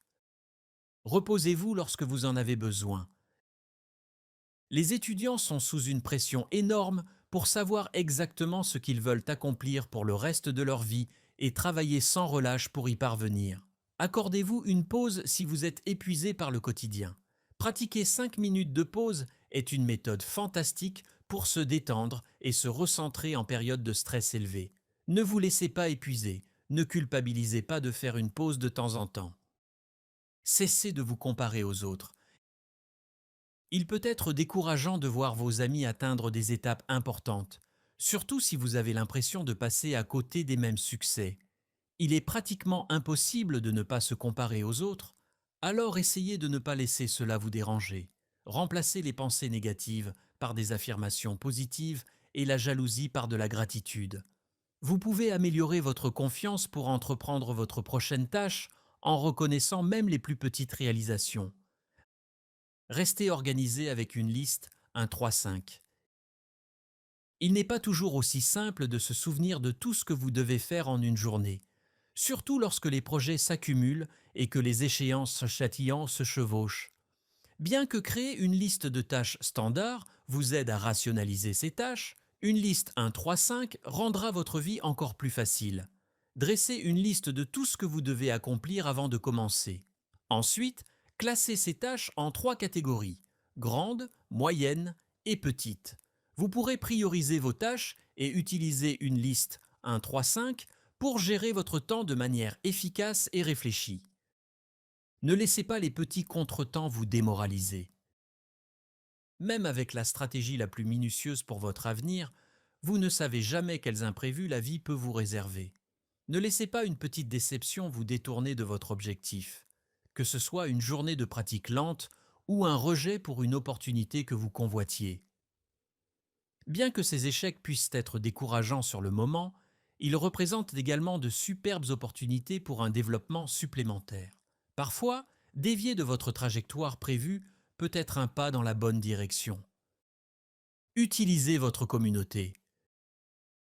Vous n'avez pas à poursuivre vos aspirations seul, bien qu'elles soient uniques pour vous. N'oubliez jamais que vous avez le soutien des amis, de la famille, des coachs, des instructeurs et des mentors tout autour de vous. Les personnes de votre communauté se soucient de vous et veulent vous voir réussir.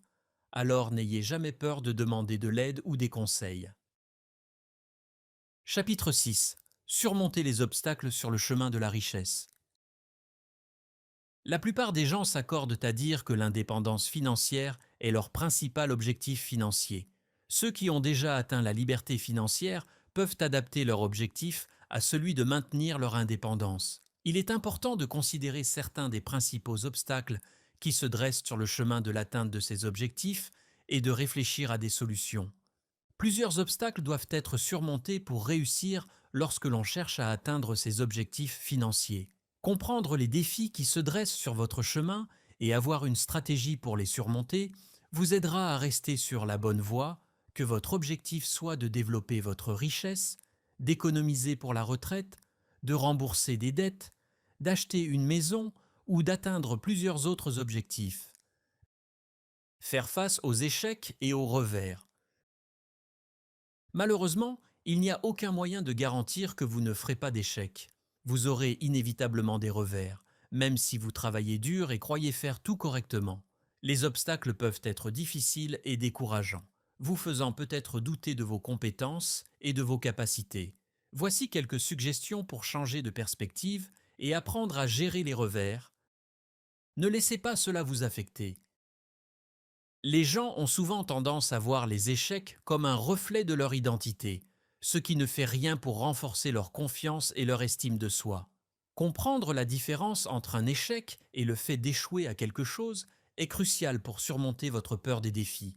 En réalité, cela arrive à tout le monde. Oui, même certaines des personnes les plus réussies se sont senties déçues. John Lennon a été expulsé du Liverpool College, Oprah Winfrey a été renvoyée de son premier poste de présentatrice TV et Walt Disney aurait été critiqué par un rédacteur en chef de journal pour son manque d'imagination. Les échecs n'ont aucune influence sur votre capacité à réussir. Avec cela en tête, demandez-vous: que ferais-je si je n'avais pas peur d'échouer? Considérez l'échec comme une opportunité d'amélioration. Lorsque de nouvelles difficultés surviennent dans l'atteinte de vos objectifs, prenez un moment pour réfléchir. Pourquoi avez-vous échoué? Est-ce que la raison était hors de votre contrôle? Y a-t-il une leçon à tirer de cela? Lorsque vous échouez, vous apprenez de l'expérience et vous vous rapprochez du succès. Ces contraintes peuvent même vous inspirer à développer de nouvelles idées. En fin de compte, vous voulez voir vos déceptions comme des occasions de réfléchir, de vous améliorer et de passer à autre chose. Rien ne pourra vous empêcher de réaliser vos rêves une fois que vous aurez changé votre perspective. Ne vous concentrez pas sur vos défauts. Le regret, la colère, la déception et le désespoir sont des sentiments désagréables que vous devez prendre le temps d'expérimenter. Cependant, vous ne devez pas vous vautrer dans votre perte, car elle est déjà arrivée et vous ne pouvez rien y changer. Ne perdez pas de temps à vous lamenter. Prenez ce que vous avez appris de votre lutte, puis continuez. Cela est plus facile à dire qu'à faire, mais plus vite vous surmontez votre échec, plus vite vous vous rétablissez. Reconnaissez la valeur de la persévérance. Thomas Edison a essayé de nombreuses fois avant de trouver l'ampoule. Il a réussi grâce à sa constance et sa ténacité. Il a un jour dit: « Je n'ai pas échoué », une phrase que vous avez probablement déjà entendue. J'ai récemment découvert 10 000 façons qui ne fonctionnent pas. Si vous croyez vraiment que votre offre en vaut la peine, votre stratégie pour réussir bénéficiera de votre ténacité et de votre persévérance. Reconnaissez l'importance du tableau d'ensemble. Prenez du recul et considérez vos revers aussi logiquement que possible. Avez-vous eu une mauvaise note à un examen? Prenez un instant pour réfléchir à cette déception. Ensuite, considérez tous les examens que vous avez passés au lycée et combien vous en passerez à l'université. Ce total, parions-le, a rapidement augmenté. Cette mauvaise note à l'examen ne semble soudainement plus si importante. En prenant du recul, vous réaliserez que l'échec ne rendra pas plus difficile votre réussite. L'échec est inévitable, mais apprendre à le gérer peut vous aider à réussir. Quel que soit l'obstacle que vous rencontrerez, ayez confiance en vous, car votre avenir est prometteur. Surmontez la peur et l'aversion au risque. Même les leaders bien connus ont souvent peur de prendre des risques. Cependant, les entrepreneurs doivent en prendre des importants pour prospérer. Le succès ne nécessite pas que vous preniez des risques naturellement, et comprendre comment la peur fonctionne peut vous aider à la vaincre. Votre cerveau se concentre sur l'aversion à la perte lorsque vous ressentez de la peur et de l'hésitation, ce qui signifie qu'il essaie de vous protéger. C'était une tactique adaptative qui empêchait nos ancêtres de mourir. Votre cerveau devient excessivement analytique dans cet état. Il dresse une liste de tout ce qui pourrait mal tourner et rappelle des souvenirs d'échecs passés pour vous garder en sécurité. Le système de récompense est un mécanisme dans notre cerveau qui entraîne la production de neurotransmetteurs agréables chaque fois que nous accomplissons une tâche excitante ou inhabituelle. Cet système annule l'aversion à la perte et encourage la prise de risque. Les personnes ayant des circuits de récompense naturellement actifs se concentrent sur la nouveauté ou l'action. Adoptez certaines de leurs techniques pour vous concentrer sur les avantages du risque afin de surmonter votre peur. Voici quelques idées pour vous aider à commencer. Les avantages et les inconvénients ne doivent non pas être pris en compte. Porter un jugement solide lorsque vous prenez un risque ne nécessite qu'une petite étude et un peu de ressenti. Une accumulation d'avantages et d'inconvénients ne fera qu'accroître l'anxiété. Plus vous devenez analytique, plus la région de votre cerveau responsable de l'anxiété et de la démotivation s'active. Si votre instinct vous dit de dire oui, alors plongez dedans et ajustez-vous au fur et à mesure pour éviter que la peur ne prenne le dessus. Bien cela ne signifie pas que vous devez agir de manière imprudente. Plus vous commencez à agir tôt, moins vous risquez de devenir effrayé. Reconnaître vos peurs. Apprendre à surmonter la peur est similaire à résoudre n'importe quel problème. Vous devez d'abord reconnaître l'obstacle avant de pouvoir le surmonter. De quoi avez-vous peur précisément? Asseyez-vous tranquillement et observez vos pensées, émotions et sensations physiques pendant quelques minutes. Notez vos réflexions en étant aussi détaillé que possible. Pour mieux comprendre vos motivations, pratiquez la méditation pleine conscience tous les jours. En vous ancrant dans votre essence, vous vous sentirez prêt à affronter vos inquiétudes. Fixez beaucoup de petits objectifs. Commencez petit en établissant plusieurs objectifs atteignables que vous pouvez accomplir rapidement afin de gagner en confiance pour prendre des risques. Incluez-en quelques-uns qui sont un peu effrayants, mais l'objectif principal est de réussir de manière régulière. Votre succès initial vous encouragera à prendre davantage de risques. Notre cerveau libère de la dopamine chaque fois que nous réussissons, ce qui nous incite à revenir et à tenter de nouvelles réussites. À ce moment-là, vous serez prêt à agir et moins susceptible d'être paralysé par la peur des pertes potentielles. Vous pourrez maintenant prendre un grand risque. Reconnaître comment la peur peut être utilisée pour du bon. Nos émotions servent de forme de communication. Votre esprit essaie de communiquer avec vous. Lorsque vous ressentez de la peur, alors écoutez-le. Si vous ressentez un stress écrasant ou êtes distrait par une légère mais persistante anxiété, vous avez probablement une peur refoulée qui nécessite une attention particulière. Se confronter à votre anxiété est nécessaire pour surmonter la peur plutôt que de l'éviter. Considérez la peur comme une source d'information plutôt que comme un danger pour votre survie. L'anxiété ne peut pas détruire votre vie si vous apprenez à l'utiliser à votre avantage. Lorsque vous surmontez la peur, elle devient votre allié et une source précieuse de direction pour réaliser votre plein potentiel. Affrontez votre peur. Il y a des moments appropriés pour l'action et l'introspection. Trop de précipitation pour surmonter votre peur peut entraîner des actions nuisibles à votre bien-être, comme prendre un verre, se laisser aller à la nourriture réconfortante ou réprimer ses émotions. La prochaine fois que vous ressentirez de la peur, restez immobile. Prenez du temps pour rester avec votre peur. Réfléchissez-y un instant. Quelle en est la cause principale? Est-ce la peur de l'inconnu?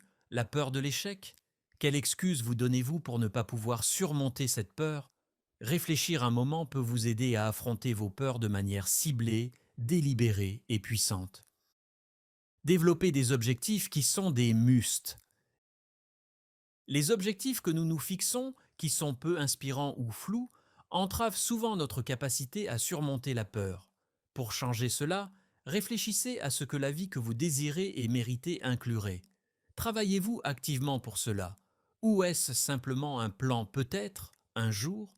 Est-ce quelque chose que vous pouvez accomplir et pour lequel vous êtes prêt à vous engager? Déterminer si vous fixez un objectif convaincant est la première étape pour surmonter la peur. Vous sentirez-vous satisfait si vous réussissez cela? En revanche, serez-vous perdu si vous échouez? Concentrez-vous davantage sur votre objectif. Que voulez-vous qu'il se passe? Une augmentation de l'argent dans votre compte bancaire ou une croissance financière? Peut-être désirez-vous la liberté de voyager où et quand vous le souhaitez. Pensez à la manière dont votre vie changera si vous n'obtenez pas ce résultat et comparez-le à la manière dont elle changera si vous l'obtenez. Lorsque vous croyez que l'atteinte de votre objectif est cruciale, la peur d'abandonner l'emporte sur la peur de l'échec et vous êtes motivé à passer à l'action. Identifiez les excuses. Vous retardez les choses par peur. Je suis épuisé. Je dois accomplir d'autres tâches. De toute façon, c'est une mauvaise idée. Ces excuses vous semblent probablement familières. Il est fort probable que vous vous soyez dit ces mots à tête haute voix. Reconnaissez quand vous vous inventez des excuses, puis trouvez une solution. Trop fatigué? Vous devriez réorganiser votre emploi du temps pour pouvoir mieux dormir la nuit. Pas assez de temps? Examinez vos priorités pour voir où vous pourriez en trouver plus. Et la prochaine fois qu'une excuse se présente, décidez que vous ne vous laisserez pas influencer par la petite voix qui vous dit de dire non, car cela ne fera pas progresser votre croissance. Soyez entouré de personnes qui réussissent. Le pouvoir réside dans la proximité. La loi de l'attraction, ou l'idée que vous devenez essentiellement les personnes avec lesquelles vous vous entourez, est un autre nom pour cela. Vous expérimenterez dans la réalité exactement ce que vous conservez dans votre esprit régulièrement. Il est temps d'évaluer votre focus. Si vous avez fait de vos doigts des doivent et que vous êtes conscient de vos excuses, mais que vous ne savez toujours pas comment affronter vos peurs et atteindre vos objectifs. Les personnes déterminées à surmonter la peur et à réaliser leurs objectifs s'entourent de personnes partageant les mêmes idées. Ce sont les personnes qui vous inspireront et vous pousseront à atteindre vos objectifs, relever vos standards et permettre aux gens de vous tenir responsable vous aidera à conquérir votre peur. Soyez en compagnie de preneurs de risques. L'exposition est un composant clé du confort face au risque. Vous serez beaucoup plus enclin à prendre des risques vous-même si vous avez des personnes dans votre cercle social et surtout dans votre famille qui ont accepté de le faire. L'aspect social de l'entrepreneuriat est important. Adoptez une mentalité de croissance. Quand vous avez peur, vous restez généralement immobile. Et si vous faisiez une erreur? Et si vous échouiez? Vous commencez à penser que vous ne pouvez pas avancer du tout. La peur vous en empêche. Développer une mentalité de croissance est l'une des stratégies les plus efficaces pour surmonter l'anxiété et la peur. Ce n'est pas atteindre vos objectifs et être parfait à chaque étape. Cessez de viser la perfection. Personne n'est parfait tout le temps. La pierre angulaire d'une mentalité de croissance est d'être à l'aise avec ce que vous ne savez pas et de continuer malgré tout. Trouvez de la sagesse dans la douleur. Personne n'aime être dans la douleur. La plupart d'entre nous prennent des mesures énormes pour l'éviter. Mais la douleur peut nous enseigner beaucoup. Acceptez que la douleur fasse parfois partie de votre vie et de vos efforts pour atteindre vos objectifs devient une opportunité de progrès. La douleur perd son pouvoir et devient un autre outil pour surmonter la peur lorsque vous cessez de la considérer comme un danger pour votre survie. Visualisez vos objectifs. Vous avez mis en œuvre un effort mental pour identifier les causes de vos limitations auto-imposées et énumérer vos priorités. Mais pour exercer constamment ces habitudes, afin d'atteindre une action concrète, vous devez surmonter la peur. Visualiser vos objectifs vous aide à vous concentrer, et la concentration attire l'énergie. Cela peut être accompli par la formation à l'image, la méditation ou le priming. La chose la plus importante est de vous engager pleinement pour votre objectif et de visualiser le succès. Vous apprendrez à votre cerveau que tout est possible, ce qui est une étape importante pour surmonter la peur. Acceptez que vous échouerez. Quelle est la peur la plus courante qui empêche les gens de réaliser leurs objectifs? Ils échoueront. L'échec, cependant, peut aussi nous enseigner. L'échec sert souvent de professeur plus puissant que le succès. Vous aurez moins peur de l'échec si vous reconnaissez qu'il fait partie intégrante du succès dès le départ. Vous pouvez tirer des leçons de l'échec pour vous aider à prendre de meilleures décisions concernant vos futures stratégies. Chapitre 7. Embrassez le chemin vers la liberté financière. Nous avons beaucoup d'alternatives et de liberté dans la vie grâce à l'argent. L'objectif ultime de la liberté financière est d'atteindre le point où notre argent commence à travailler pour nous. Il s'agit de choisir les questions financières en fonction de la satisfaction plutôt que des limitations financières. Il n'est pas toujours clair en quoi les concepts d'indépendance financière et de liberté financière diffèrent, car ces deux termes sont souvent utilisés de manière interchangeable. Lorsqu'une personne peut maintenir son niveau de vie de manière autonome et subvenir à ses besoins, elle est considérée comme financièrement indépendante. Cela décrit une situation où une personne est indépendante des autres pour pouvoir payer ses dettes. L'opposé de cela est la liberté financière, qui se définit par la possession d'un revenu passif, l'absence de dette, la capacité de gérer ses finances sans stress, ainsi qu'un plan de retraite et d'autres formes d'épargne. Sur le chemin de la liberté financière, l'indépendance financière est la première étape. Beaucoup de coureurs de marathon attesteront que remporter un marathon demande beaucoup de sang, de sueur et parfois de larmes. De même, obtenir la liberté financière est un processus qui nécessite des sacrifices importants, mais qui est finalement très gratifiant. La transformation personnelle et comment l'atteindre. La transformation personnelle est le processus par lequel nous modifions certains aspects de notre identité, de nos comportements et de notre mode de vie. La transformation personnelle est une déclaration de bonne volonté. Elle représente la réalisation que nous ne sommes pas la personne que nous souhaitons être. Ce que je fais n'est pas ce que je veux faire. La vie que je mène actuellement n'est pas celle que je souhaite vivre. La transformation personnelle est donc un processus intentionnel et conscient qui nous aide à nous rapprocher du moment où nous pourrons dire avec confiance « Je suis celui que je veux être, je fais ce que je veux faire et je vis la vie que je veux vivre ». Ce chapitre concerne la transformation personnelle réussie, au cœur de la bonne santé mentale et du bien-être. Les personnes qui s'engagent dans une transformation personnelle ont une conscience de soi suffisante pour réaliser qu'elles ne veulent pas que leur vie continue de la même manière. La transformation personnelle n'est pas une option sans conscience de soi, car il n'y a rien à transformer chez une personne qui en manque. Les personnes qui participent à la transformation personnelle ont souvent une grande croyance en soi, de la confiance et un soutien. La transformation personnelle n'est pas sans obstacle. Beaucoup considèrent la transformation personnelle comme un engagement constant à être la meilleure version d'eux-mêmes. En même temps, certains sont heureux et satisfaits de rester tels qu'ils sont et choisissent un mode de vie qui comporte peu d'obligations. Si vous ne l'avez pas encore fait, peut-être devriez-vous considérer vos raisons. Ou, si vous avez déjà essayé, mais que cela ne s'est pas déroulé comme vous l'espériez, réfléchissez à la manière dont vous pourriez aborder cela différemment la prochaine fois. Bien sûr, des périodes dédiées à la transformation personnelle peuvent se produire à tout moment, mais elles surviennent souvent en réponse à un déclencheur quelconque. Par exemple, la tristesse, l'ennui ou tout simplement le désir d'un nouveau défi peuvent nous amener à réfléchir sur nos vies et à réaliser qu'un changement est nécessaire.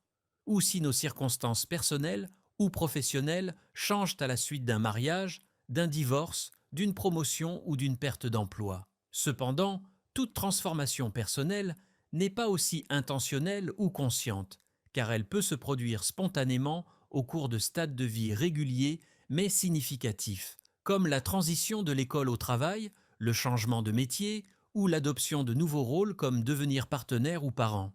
Les gens s'engagent dans leur transformation principalement pour atteindre certains objectifs de vie.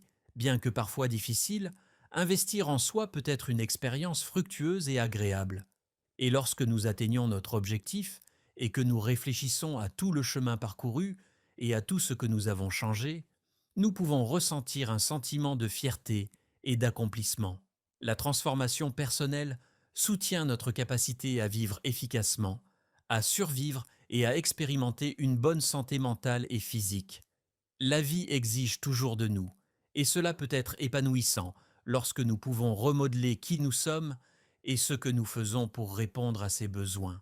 Il est indéniable que la vie imposera des attentes que nous ne pourrons satisfaire si nous ne nous concentrons pas sur notre transformation personnelle. La transformation personnelle est un processus qui peut se produire n'importe où et à tout moment. Selon le type de transformation engagée, elle se produira quelque part. Par exemple, le travail pourrait être le centre d'attention de quelqu'un désireux de progresser professionnellement ou la maison pourrait être le centre d'attention de quelqu'un qui cherche à devenir un meilleur parent. Lorsque nous nous arrêtons pour y réfléchir, il existe d'innombrables endroits et environnements, y compris les églises, les gymnases, les universités et les installations sportives. Bien sûr, la transformation personnelle se produit également en nous. Elle a lieu à l'intérieur, dans nos corps et nos esprits. De nombreux facteurs peuvent contribuer à la transformation personnelle. Voici quelques-uns que j'utilise dans mon travail. Premier, discutez de votre vie avec des amis et de la famille de confiance pour voir ce qui se passe. Les personnes proches de nous sont souvent capables de nous montrer où un changement est nécessaire, ou où se trouvent nos angles morts. Si vous ne connaissez personne comme cela, ou souhaitez un point de vue neuf, parlez à un thérapeute ou à un coach de vie. Informez-les que vous pensez que le moment est venu de commencer votre voyage de transformation personnelle. 2. Augmentez votre conscience de vous-même pour identifier les aspects de votre vie que vous souhaitez changer. Il existe de nombreuses méthodes pour ce faire, dont certaines sont listées ci-dessous. Prenez un stylo et du papier. Notez régulièrement vos pensées, actions ou émotions, ainsi que les domaines de votre vie auxquels elles se rapportent. Sont-elles généralement favorables ou défavorables? Si elles sont négatives, que faut-il améliorer? Divisez votre vie en segments importants, comme vous-même, votre maison, votre travail, vos relations et votre lien avec le monde extérieur. Passez un moment tranquille à réfléchir à ces domaines et à décider lesquels pourraient être bénéficier d'une transformation. Troisième, re-regardez votre film préféré ou relisez votre livre préféré, puisque les histoires parlent de transformation personnelle. Votre récit préféré vous a marqué et reste en vous pour une raison. Cherchez des indices, ils sont souvent là. Acceptez le défi 0 à 10. Pour chacun des domaines suivants, choisissez un chiffre pour représenter où vous en êtes actuellement et un autre pour représenter où vous aspirez à être. Lorsque vous atteignez votre chiffre cible, décrivez comment votre vie a changé. Ce qui est différent dans votre vie maintenant peut vous aider à identifier vos domaines de transformation. Vous, votre identité, votre valeur personnelle et votre sens de soi, le passé, le présent ou l'avenir, votre famille, votre maison et vos relations, votre travail et vos autres circonstances professionnelles, votre santé et votre bien-être, votre situation financière, votre mode de vie, votre contexte social et culturel et l'environnement. Stratégie pour la sécurité financière à long terme. Passer trop de temps à lire des articles de journaux sur les investissements ou à regarder les publicités dans les stations de métro vous amènera à conclure que la plupart des gens se concentrent sur la croissance financière rapide à tout prix. Cependant, dans de nombreux cas, les épargnants et les investisseurs se concentrent davantage sur la préservation des actifs, en veillant à ce que leur fonds de retraite ne se déprécie pas au fil du temps et soit disponible pour être utilisé ou transféré lorsque cela est nécessaire. Maintenir la richesse peut être un exercice d'équilibre délicat qui exige une prise de conscience des diverses influences qui affectent l'argent. Voici 5 façons pour les épargnants de s'assurer que leur attention est portée sur la préservation. Premier, reconnaître ce qui réduit votre capital. L'argent peut perdre de sa valeur s'il est simplement épargné à tout prix. Cela est dû au fait que votre portefeuille pourrait être réduit par deux forces, même si vous avez de l'argent sur votre compte. La première est l'inflation, qui est particulièrement problématique lorsqu'elle est élevée et que les taux d'intérêt sont historiquement bas. L'argent dans la plupart de nos comptes bancaires perd progressivement de sa valeur, car le taux bancaire est de seulement 0,5% et l'inflation est actuellement de 2,5%. Les impôts sont la deuxième force à surveiller. À moins qu'ils ne soient conservés dans des institutions exemptées d'impôts, toute augmentation de richesse dépassant certains seuils peut être soumise à l'impôt sur le revenu ou aux plus-values, selon sa forme. Cela est particulièrement vrai lorsque la richesse est transmise à travers les générations, l'impôt sur les successions étant également un facteur à prendre en compte. 2. Prendre en compte la protection. Protéger la richesse contre les chocs imprévus, tels que la maladie, la mort ou la responsabilité pour un accident, est un élément clé de la préservation de la richesse. C'est pourquoi chacun devrait réfléchir à la manière dont l'assurance ou la protection peut aider à préserver l'argent. Un plan solide de préservation de la richesse inclut l'assurance vie, l'assurance contre les maladies graves, ainsi que des polices d'assurance de qualité fournissant une couverture juridique et contre les dommages accidentels aux biens précieux. Troisième, modifiez l'orientation de votre allocation d'actifs. Tout le monde ne cherche pas à spéculer pour accumuler. Se concentrer sur des stratégies d'investissement à faible volatilité peut être bénéfique pour les investisseurs souhaitant protéger leur richesse. Cela pourrait inclure des investissements à taux fixe, des économies en liquidité et des stratégies de préservation de la richesse basées sur les revenus de dividendes. Certains fonds d'investissement sont appropriés pour la préservation des actifs, car ils retiennent les gains durant les périodes prospères afin d'adoucir les rendements durant les périodes plus difficiles. Les rendements à long terme des investissements plus risqués peuvent être plus élevés. Cependant, si la préservation de la richesse, plutôt que la croissance, est l'objectif principal, la volatilité de ces investissements peut ne pas être essentielle. Quatrième, diversifiez pour protéger votre richesse.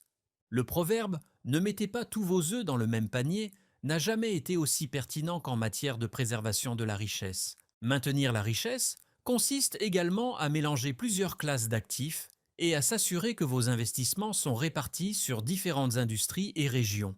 Il peut être nécessaire de demander l'aide d'un professionnel pour s'assurer qu'un portefeuille diversifié contient des actifs qui peuvent servir d'assurance contre divers scénarios économiques.